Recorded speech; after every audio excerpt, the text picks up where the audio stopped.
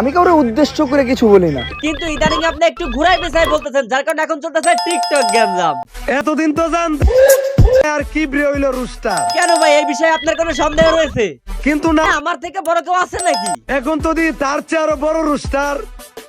কি ভাই, হাগু আটকায় গেল নাকি? যার নামের প্রথম অংশটুকু অনুষ্ঠান করতে আপনাদের হাগু আটকায় যায়। আমার খুব জানতে ইচ্ছা করে আপনাদের মাথায় কে বুদ্ধি দেয় তাদের বিরুদ্ধে এইসব ভিডিও বানানোর জন্য।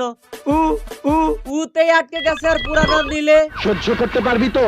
আপনাদের বোঝার সুবিধার্থে বলে রাখা ভালো যে আজকে টিকটক গ্যাঞ্জামের পক্ষ হইতেছে দুইটা। প্রথম পক্ষে রয়েছে ওমর আরফার একলা, আর দ্বিতীয় পক্ষে রয়েছে টিকটকের রাজপুত্র প্রিন্স মমিনুল এবং এলেক্স টাকি সবুজ। আর এদের সাথে সাই দিয়ে পেছনে তেল মারতেছে আমাদের লিপস্টিক, আবার সর্বশেষ রয়েছে গরুর ট্যাবলেট দিয়ে মোটো আমাদের দুবাই প্রবাসী অপু ভাই। কি ব্যাপার ভাই, ব্যাপারটা হইতেছে গিয়ে এলাকায় যেমন সরকারি ত্যাগ আসলে মেম্বার আর চেয়ারম্যান সেগুলোকে মেরে দিয়ে কে কতটা ভালো নিজেকে সেটা প্রমাণ করা ট্রাই করে, ঠিক তেমনই ভাবে টিকটকের সব বাগা বাগা টিকটকার গুলো নিজেরা নিজেদেরকে ব্র্যান্ড প্রমাণ করা ট্রাই করতেছে। আসলে ওরা তো জানে না দেশের জনগণ ওদেরকে ভালো মনে করে।